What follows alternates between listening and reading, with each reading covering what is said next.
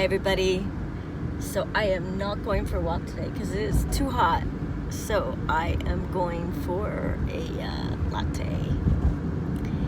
Just put some peppermint oil on. It's great if you live in hot climates. Peppermint oil is amazing. So today, my vlog of the day, what I wanted to talk about was how I'm coping with these like inartistic people. How to cope with people that are not artistic. They're just, I don't know what you call them. They're inartistic people. They can't understand the artistic bent, and so to them, being creative is a type of like mental illness or some sort of type of retardation. Or they're like, oh, your imagination is a sickness, or whatever it is. Like, I've gotten so many, what do you call them? Like projections. You get projections from people. Like, I'm doing a painting and they're like, oh, what were you thinking? What were you doing? You know, that's very suspicious.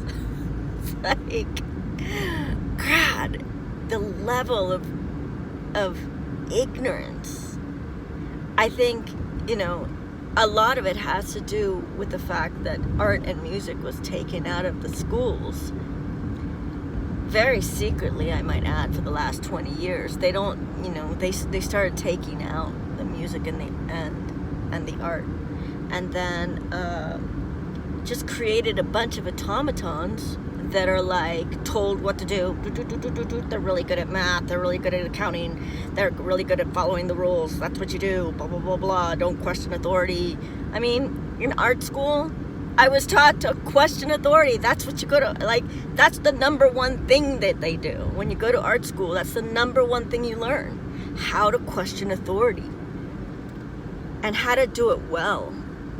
How to do it in a way where you're still conforming, you're still paying your bills, you're still paying your taxes, but you are questioning what somebody else considers to be true.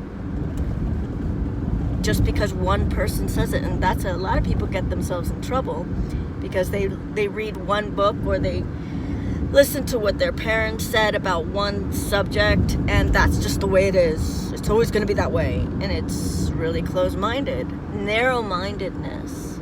So I'm being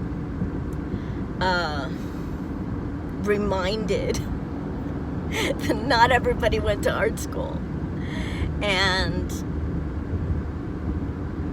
it's just, I guess for me, it's a type of annoyance because I'm an artist. I'm a musician, a poet, a writer.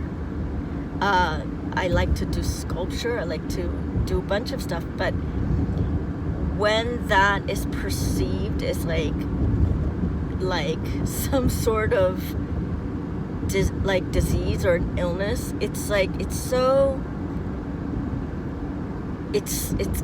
well, I'll tell you the truth, it's kind of insulting. And their ignorance is insulting me, right?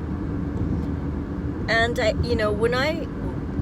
by reading a book a day and really caring about and listening to all the classics and all stuff, what I'm trying to do for myself is I don't want to insult another person's intelligence, right? Like, let's say they're really well learned in math or in history, or, you know, I want to be able to communicate with that person in a well-rounded way. And I think it's the same thing with artists. You know, people should be well-rounded in the arts. Before you approach an artist, you should know what art is and who the artists are and what it takes to do art, right? What it takes to do a painting or a sculpture. The amount of peace that an artist needs. Because contrary to like Hollywood, which is not true, a great artist, they can't create in pain. They might be able to for like a few years, like Jackson Pollock, died of alcoholism. Like most really successful artists, they had peace of mind. And peace of mind is underestimated.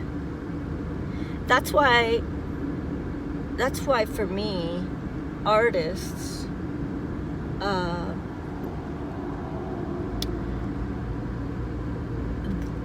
they're actually the normal people, because they're releasing their creativity.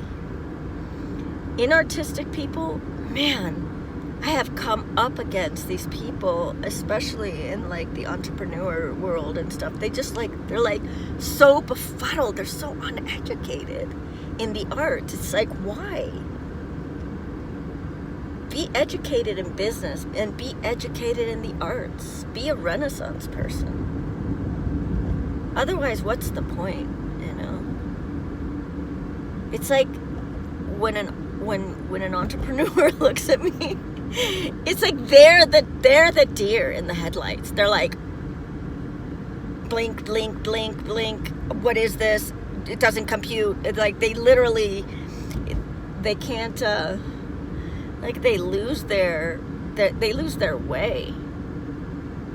So nobody taught them how to think outside the box in an extraordinary way, in a way that is creative. Now there's some superpreneurs that I've gotten close to, the ones that are open-minded, but closed-minded entrepreneurs, it's like, ugh, they're just slimy, man. It's hard to be around. Anyways, vlog of the day for me is, I think it's interesting to be a Renaissance person, and I think it's important to at least try to understand artists. Parents should understand their children's creative impulses, and entrepreneurs should study art. They're only going to increase their productivity level if they start to understand the arts. But belittling artists is like, the minute someone starts to belittle you or reduce you or put you in a box or try to shove pharmaceuticals down your throat or try to name, start calling you names and stuff, you just gotta, as an artist, you just have to just go, okay, I know where you're at. That's where you're at. You're at a very closed-minded, stable, like middle road kind of normalcy. And you know what?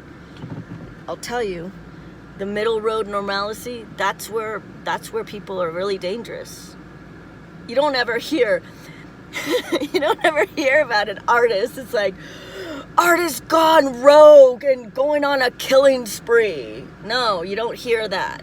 What you hear is, he was so normal. He went to church every day and he loved his family. I don't understand how he could have killed those 40 people. Yeah, because creativity benefits everybody, right? So vlog of the day for me is learn how to become a Renaissance person. Do a little bit of art, a little bit of music, read books and travel, and that's the vlog of the day. All right, thanks, bye.